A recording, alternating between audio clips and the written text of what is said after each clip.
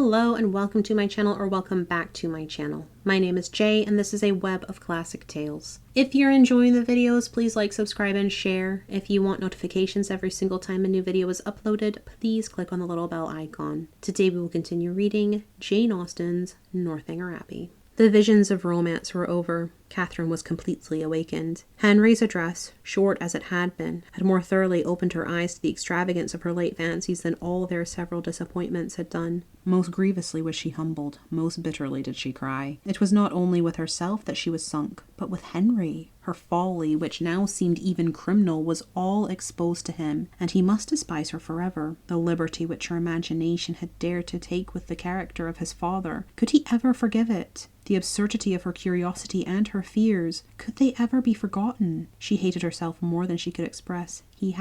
She thought he had, once or twice before this fatal morning, shown something like affection for her. But now, in short, she made herself as miserable as possible for about half an hour, went down when the clock struck 5 with a broken heart, and could scarcely give an intelligible answer to Eleanor's inquiry if she was well. The formidable Henry soon followed her into the room, and the only difference in his behaviour to her was that he paid her rather more attention than usual. Catherine had never wanted comfort more, and he looked as if he was aware of it. The evening wore away with no abatement of this soothing politeness, and her spirits were gradually raised to a modest tranquillity. She did not learn either to forget or defend the past, but she learned to hope that it would never transpire farther, and that it might not cost her Henry's entire regard. Her thoughts being still chiefly fixed on what she had with such causeless terror felt and done, nothing could shortly be clearer than that it had been all a voluntary, self-created delusion, each trifling circumstance receiving importance from an imagination resolved on alarm, and everything forced to bend to one purpose by a mind which, before she entered the Abbey, had been craving to be frightened. She remembered with what feeling she prepared for a knowledge of Northanger. She saw that the infatuation had been created, the mischief settled, long before her quitting Bath, and it seemed as if the whole might be traced to the influence of that sort of reading which she had there indulged.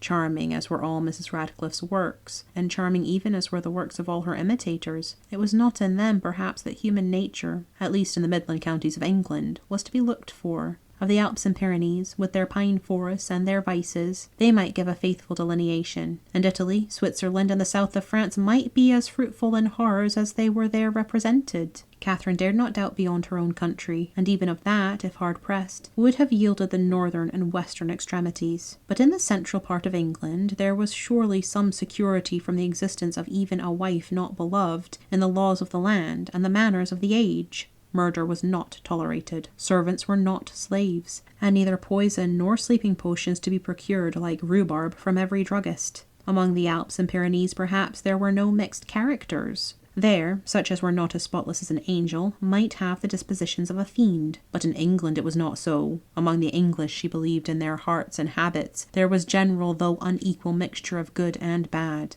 Upon this conviction, she would not be surprised if even Henry and Eleanor Tilney, some slight imperfection, might hereafter appear, and upon this conviction she need not fear to acknowledge some actual specks in the character of their father, who, though cleared from the grossly injurious suspicion which she must ever blush to have entertained, she did believe, upon serious consideration, to be not perfectly amiable. Her mind made up on these several points, and her resolution formed, of always judging and acting in future with the greatest good sense, she had nothing to do but to forgive herself and be happier than ever, and the lenient hand of time did much for her by insensible gradations in the course of another day. Henry's astonishing generosity and nobleness of conduct, and never alluding in the slightest way to what had passed, was of the greatest assistance to her, and sooner than she should have supposed it possible in the beginning of her distress, her spirits became absolutely comfortable, and capable, as heretofore, of continual improvement by anything he said. There were still some subjects, indeed, under which she believed they must always tremble. The mention of a chest or a cabinet, for instance. She did not love the sight of Japan in any shape,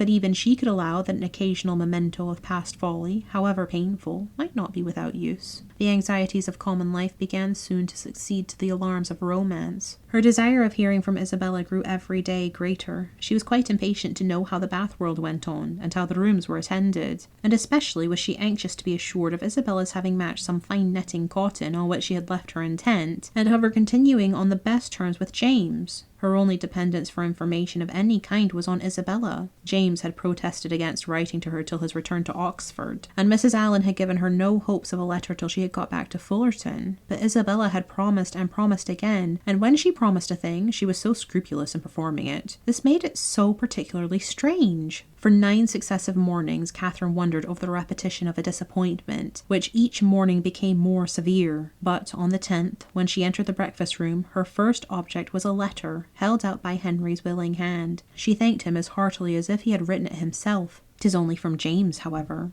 As she looked at the direction, she opened it. It was from Oxford, and to this purpose. Dear Catherine, though goodness knows, with little inclination for writing, I think it my duty to tell you that everything is at an end between Miss Thorpe and me. I left her and Bath yesterday, never to see either again. I shall not enter into particulars, they would only pain you more. You will soon hear from another quarter to know where lies the blame, and I hope will acquit your brother of everything but the folly of too easily thinking his affection returned. Thank goodness I am undeceived in time, but it is a heavy blow, after my father's consent had been so kindly given. But no more of this. She has made me miserable forever. Let me soon hear from you, dear Catherine. You are my only friend. Your love I do build upon. I wish your visit at Northanger may be over before Captain Tilney makes his engagement known, or you will be uncomfortably circumstanced. Poor Thorpe is in town. I dread the sight of him. His honest heart would feel so much. I have written to him and my father. Her duplicity hurts me more than all. Till the very last, if I reasoned with her, she declared herself as much attached to me as ever, and laughed at my fears. I am ashamed to think how long I bore with it, but if ever man had reason to believe himself loved, I was that man. I cannot understand even now what she would be at, for there could be no need of my being played off to make her secure of Tilney. We parted at last by mutual consent.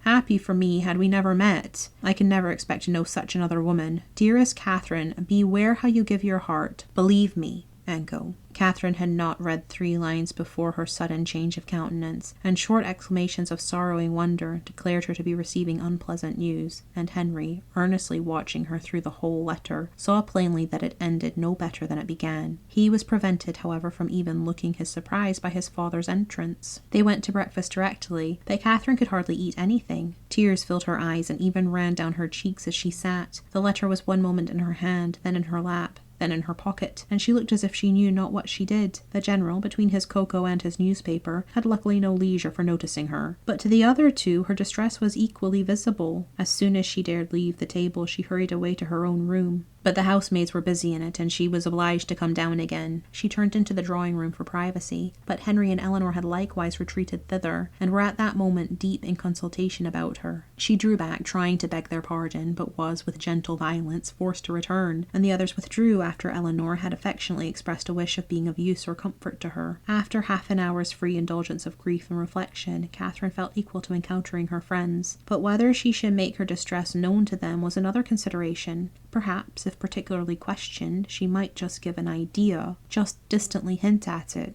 but not more. To expose a friend, such a friend as Isabella had been to her, and then their own brother so closely concerned in it, she believed she must waive the subject altogether. Henry and Eleanor were by themselves in the breakfast room, and each as she entered it looked at her anxiously. Catherine took her place at the table, and, after a short silence, Eleanor said, "No bad news from Fullerton, I hope. Mr. and Mrs. Morland, your brothers and sisters. I hope they are none of them ill." "No, I thank you," sighing as she spoke. "They are all very well. My letter was from my brother at Oxford." Nothing further was said for a few minutes, and then, speaking through her tears, she added, "I do not think I shall ever wish for a letter again." "I am sorry," said Henry, closing the book he had just opened. "If I had suspected the letter of containing anything unwelcome, I should have given it with very different feelings. It contains something worse than anybody could suppose. Poor James is so unhappy. You will soon know why. To have so kind-hearted, so affectionate a sister," replied Henry warmly, "must be a comfort to him under any distress." "I have one favour to beg," said Catherine shortly afterwards in an agitated manner, "that if your brother should be coming here, you will give me notice of it, that I may go away."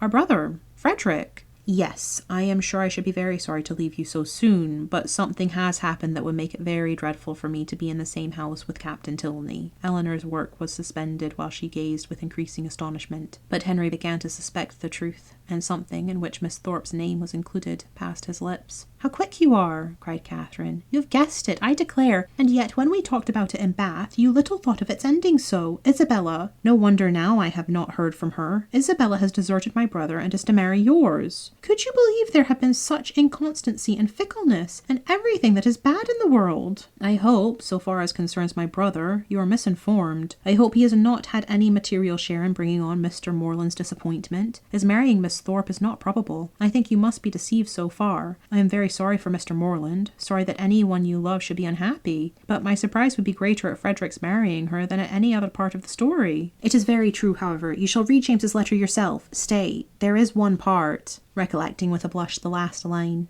"Will you take the trouble of reading to us the passages which concern my brother?" "No, read it yourself," cried Catherine, whose second thoughts were clear. "I do not know what I was thinking of," blushing again that she had blushed before. "James only means to give me good advice." He gladly received the letter, and having read it through with close attention, returned it, saying, "Well, if it is to be so, I can only say that I am sorry for it. Frederick will not be the first man who has chosen a wife with less sense than his family expected. I do not envy his situation either as a lover or a son." Miss Tilney, at Catherine's invitation, now read the letter likewise, and having expressed also her concern and surprise, began to inquire into Miss Thorpe's connections and fortune. "Her mother is a very good sort of woman," was Catherine's answer. "What was her father?" "A lawyer, I believe. They live at Putney." "Are they a wealthy family?" "No, not very. I do not believe Isabella has any fortune at all. But that will not signify in your family. Your father is so very liberal. He told me the other day that he only valued money as it allowed him to promote the happiness of his children." The brother and sister looked at each other. "But," said Eleanor after a short pause,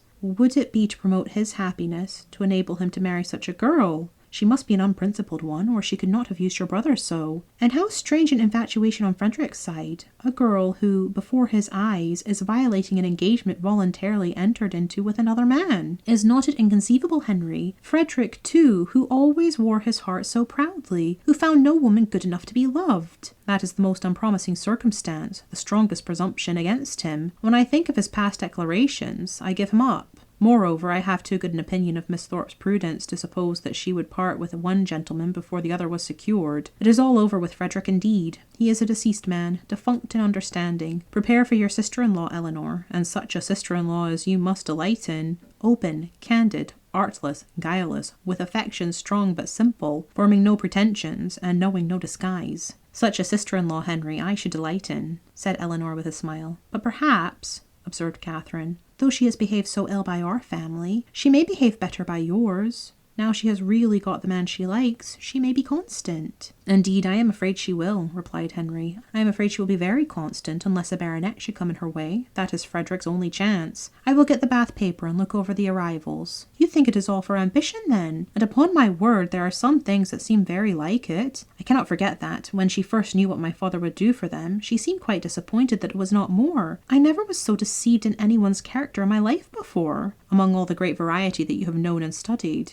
My own disappointment and loss in her is very great, but as for poor James, I suppose he will hardly ever recover it. Your brother is certainly very much to be pitied at present, but we must not, in our concern for his sufferings, undervalue yours. You feel, I suppose, that in losing Isabella, you lose half yourself. You feel a void in your heart which nothing else can occupy. Society is becoming irksome, and as for the amusements in which you were wont to share at Bath, the very idea of them without her is abhorrent. You would not, for instance, now go to a ball for the world. You feel that you have no longer any friend to whom you can speak with unreserve, on whose regard you can place dependence, or whose counsel in any difficulty you could rely on. You feel all this." "No," said Catherine after a few moments' reflection, "I do not. Ought I? To say the truth, though I am hurt and grieved, that I cannot still love her, that I am never to hear from her, perhaps never to see her again, I do not feel so very, very much afflicted as one would have thought." "You feel, as you always do, what is most to the credit of human nature. Such feelings ought to be investigated, that they may know themselves." Catherine, by some chance or other, found her spirit so very much relieved by this conversation that she could not regret her being led on, though so unaccountably, to mention the circumstance which had produced it.